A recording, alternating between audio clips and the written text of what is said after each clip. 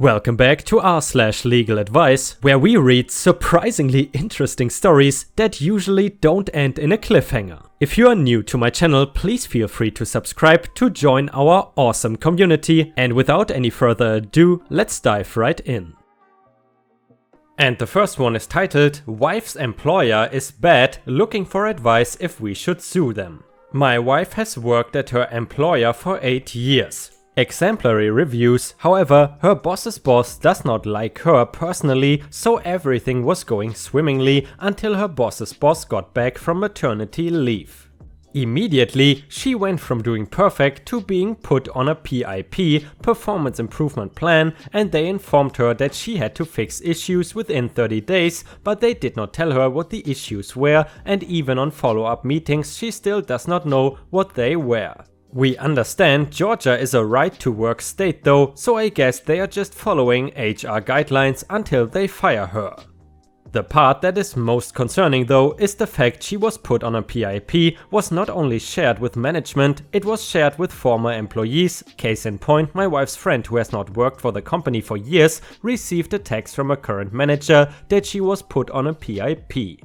While my wife is on this PIP, they are now giving her all sorts of assignments that she has never experienced before. She's working 16-hour days and all feedback, both written and verbal, is negative. She has been brought to tears a few times. Immediately, I'm assuming we have a defamation of character against the company, but I'm wondering, as HR guidelines for this company are being broken, they gave her a PIP, but the process to give that PIP is something that must be documented verbally in writing, and then after that PIP is created, if she has a wrongful termination suit.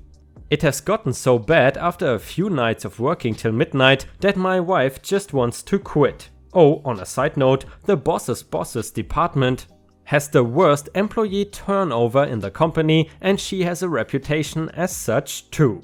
Thanks in advance, Reddit.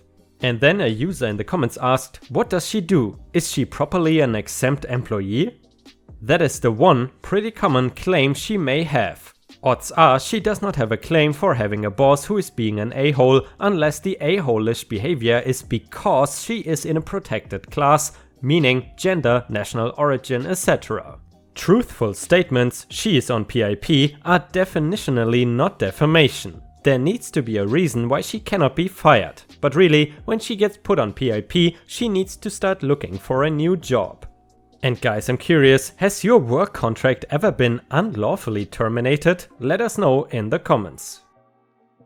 And the next one is an update to the wife's story.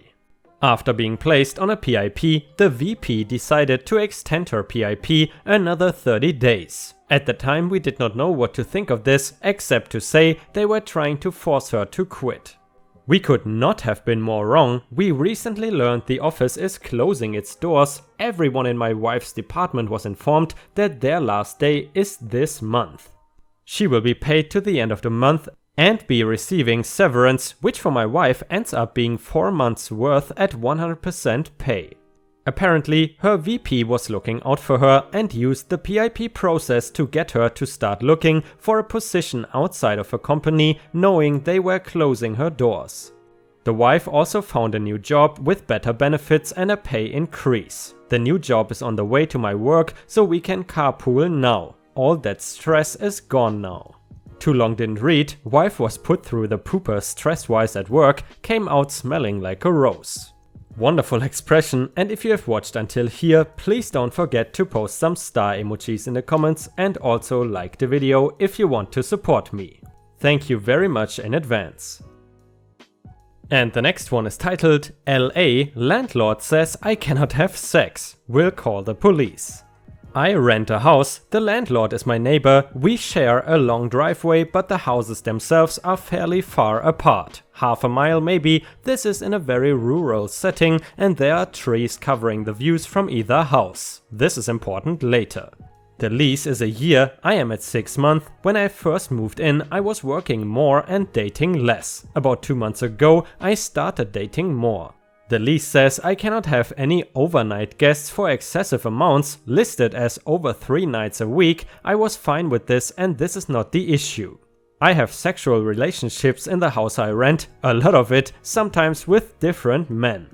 Sometimes they stay the night, never for more than 3 consecutive days, sometimes they leave after. My landlord has suddenly decided this is his business. He has begun recording when I have male visitors only. He does not care when my mother and sister visit. He showed me his log and next to it he has recorded how long they stay, an hour or so, and how many times he has seen that one person. This is just creepy.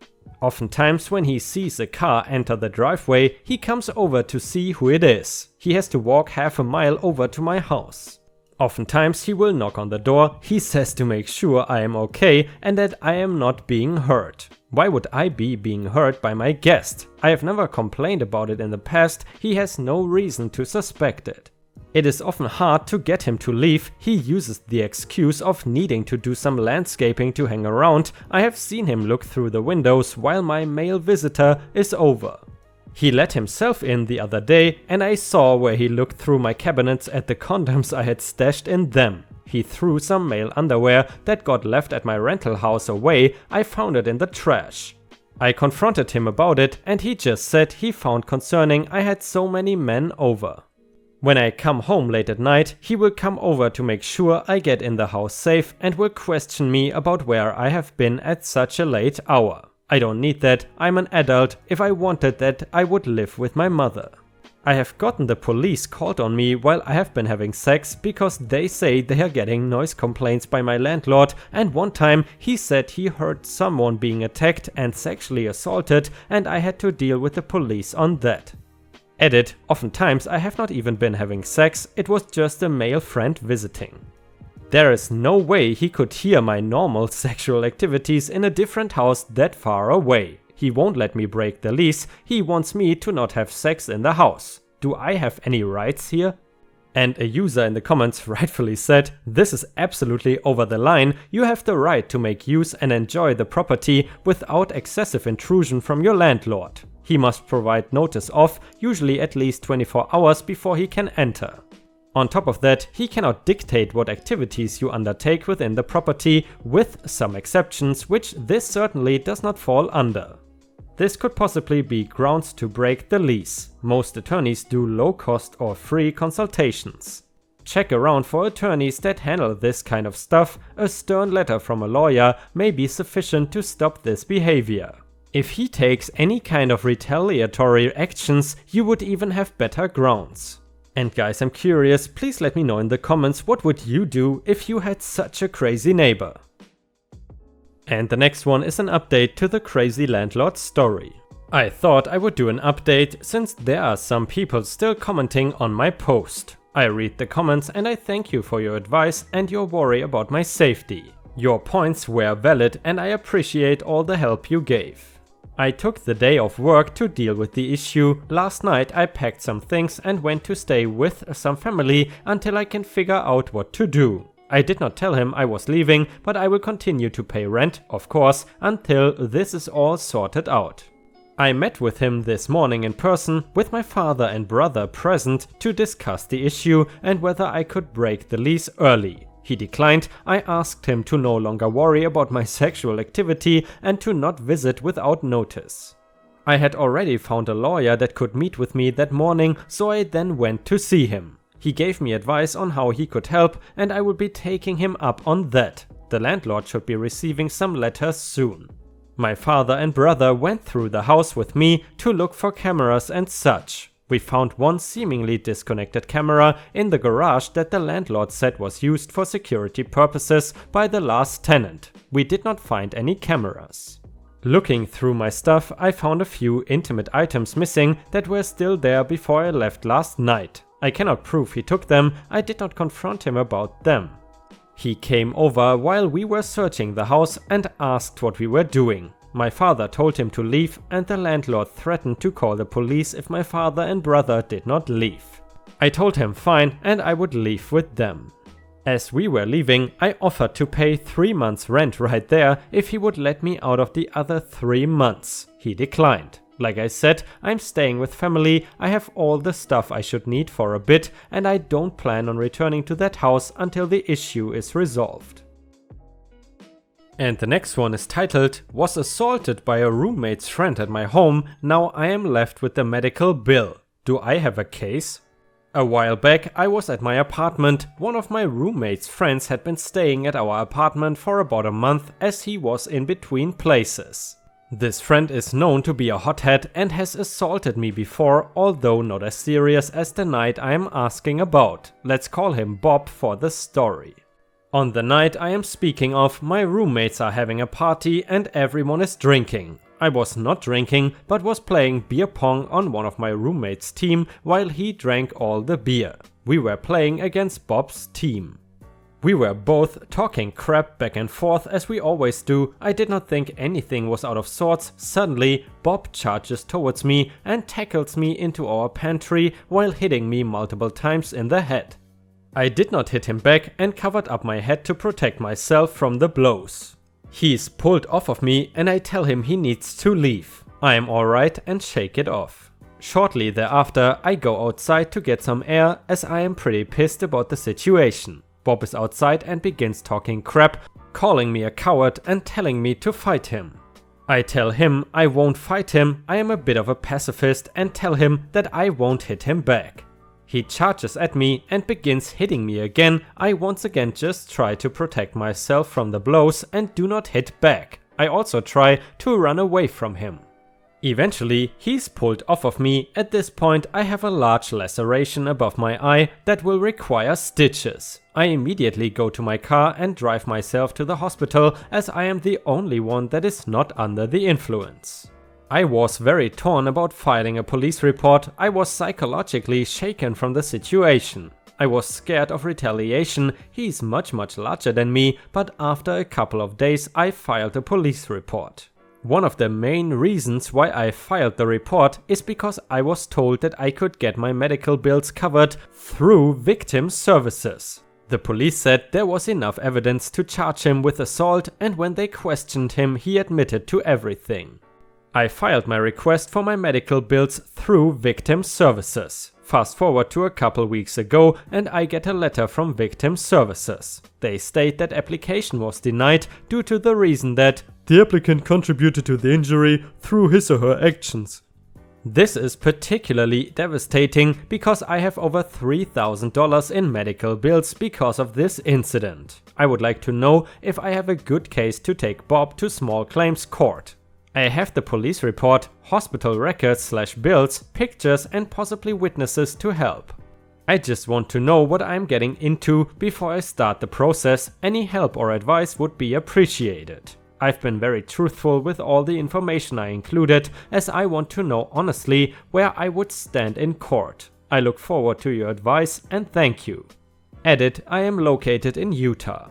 And the user in the comments said, the victim services decision can be appealed. Did you submit everything, including eyewitness reports and the police report? And then OP answered, the only thing the application asked for was the case. And then that person replied, call and ask if you can appeal the determination and how you can submit additional documentation. And guys, please let me know in the comments, have you ever been involved in a similar situation? And if you have, what would you suggest OP to do? And the next one is an update to the assault story. I just wanted to give you all an update. I had been in touch with the city attorney in regards to the case ever since I filed charges and they never seemed to be making any progress. I was worried about anything ever being resolved, so that is why I posted asking about my possibilities in small claims court. A couple months ago, I called the city attorney's office and was informed that the city attorney decided to pursue greater charges and had bumped the charges up to Class A misdemeanor assault and had been handed over to the county attorney's office. Things progressed quickly after this. I was contacted by the victim's advocate rep for the county attorney and she advised me to submit all my medical bills from the assault with a statement and that they would be able to get them paid for me in the form of restitution and that the court date was set for October. Last week, she contacted me again and told me that the defendant had gotten legal representation and that the matter may be resolved quicker than the original court date. Finally today, I received word that the case had been settled. The defendant paid the full amount of my medical bills as restitution in exchange for pleading no contest to a lesser charge and also has some community service to fulfill. I should be receiving a check for the full amount of my medical bills shortly. This is a great relief. I wanted to thank you all for your advice. Luckily, I did not have to go down the small claims route, but at the time I was worried that nothing was going to be done about the matter. Just wanted to update you guys and let you know that this matter was resolved. And guys, I'm not sure about you, but at least for me, that was a surprisingly satisfying ending. Let me know what you thought about it in the comments. And the next one is titled, Neighbor is shitbombing my front yard. Original post, hey all, I have a crappy situation here that I'm hoping to get some advice about. This is in Idaho. My neighbor is shitbombing my front yard. A new neighbor bought a house across the street about 6 months ago. A few weeks back, I was working in the garage when I saw him take his dog directly across the street into my front yard. He let it pee in my yard and then walked straight home. He did not notice me. My garage is set up as a shop and is pretty busy. And the garage door is up a lot, but this piqued my interest because it is goddamn weird. Now, my wife and I have a dog, so there are a few dog droppings from her that we pick up on a regular basis. My wife had been doing the duty recently, so I asked her if there are more piles than normal. I'm wondering what the pronunciation difference between those is. Duty? Anyway, sure enough, she said there had been a ton for a while now. She figured it was a-holes walking their dogs and letting them crap in our lawn. I figured it was our new weirdo neighbor. It happened again around a week later. I was in the garage as the neighbor took his dog into our lawn. This time the dog dropped a deuce and he started to walk away without picking it up. I called out to him asking if he needs a plastic bag to pick up after his dog, and he avoided eye contact and scurried back home. I went across the street and knocked on his door. He did not answer. We set up a security camera to discreetly watch the front lawn, and I kept an eye out for when he was next out in his yard so I could talk to him. I reviewed the footage over the next few days, and sure enough, he was consistently taking his dog to do the deed in our yard. Why our yard? No clue. We've never had any interaction with this guy whatsoever. The next time I saw him walking to his car, I confronted him. I simply told him that I knew he was taking his dog to shit in our yard, and if I caught him doing it again, I would call the police to report him for trespassing. He denied doing it, claiming it must be other neighbors, got in his car and drove away with me standing in his driveway.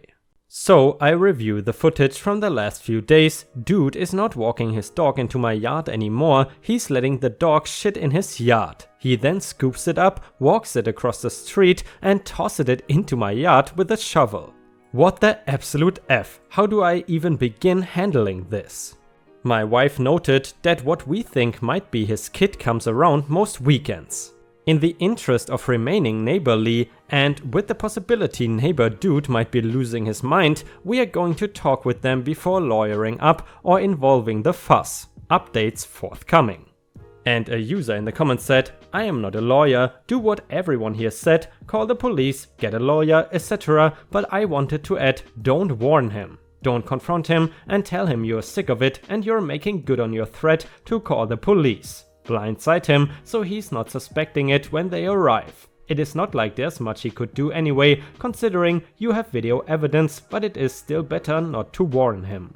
And another user said, I still think it would be good to get footage of trying to ask nicely for it to stop. This proves you did your part in taking care of the situation with a civil means. Never grieve back, it could go against you in a court of law. Not to mention, if he realizes OP is videotaping his attempt to nicely stop this, it might finally make the guy think. I hope he doesn't though, and OP gets his camera equipment paid for. Pretty low to take on a pet when you already know you won't clean up after them. Probably putting it in his yard because the neighbor went so far as to find out who else has a dog and cleans up after it. Oh hey, look, these people got a dog and they like picking up poop. We will just toss it in their yard, honey. Problem solved. Yeah, no, it don't work that way. And the next one is the long overdue update to the story from before. Hi everyone, remember me? I sure forgot about you, but not intentionally. Please accept my sincerest apologies. My wife and I have been on all sorts of adventures, moving out of the state, living in an RV with too many cats, a meth-crazed former friend going on a rampage, and delirious dad dementia drama. It has been a wild ride. You can thank everyone's new best buddy, COVID, for providing me with the time, aka being in quarantine to remember to get on this. A shout out goes to a couple of remain unnamed Redditors for poking at me to finally update. The shit-bombing neighbor situation ended up having a different resolution than we could have ever imagined. As you may or may not remember, we were planning on talking to his kids. The next time someone rolled around, we pounced, talking to his son. It turns out they suspected old turd tosser was suffering from early onset dementia. That led to a well, crap moment where some people get all loopy and nice or just shut down altogether. Crap Cannon turned into a grade A-hole. I could relate completely. My father also suffers from dementia and, just like Feces Flinger, he was gone enough to be a huge effing nuisance for anyone unfortunate enough to be around him, but not far enough for the kids to get guardianship. Just like us, they were waiting for the crap to hit the fan, pun intended, so the authorities would step in. An evaluation could be done and they might get some legal leverage on their dookie dumping daddy's bad behavior. So we set up a camera on that part of our yard and waited until he did it again. He never dumped crap in the yard again. We are guessing the son talked to him, but he did take his dog over to drop a deuce in our yard. Evidence in hand, we called the police, kept it to just the facts, thanks Joe Friday, and hoped they would do something. They talked to Shit Shoveler, he promised to knock it off, and you know what? He actually stopped. We moved shortly thereafter and heard a few months later from the new tenants, they are friends of ours, that his property is for sale. I'm guessing the kids finally got him the help he needs. Everyone hug now, happy ending. And with that, we have reached the end of the video. I hope you enjoyed today's content, and if you did, please don't forget to subscribe to the channel to join our amazing community. Furthermore, don't forget to go to r/ripestories on Reddit to post your own stories if you want me to read them out in a video. I hope you have a fantastic day, and I see you again tomorrow.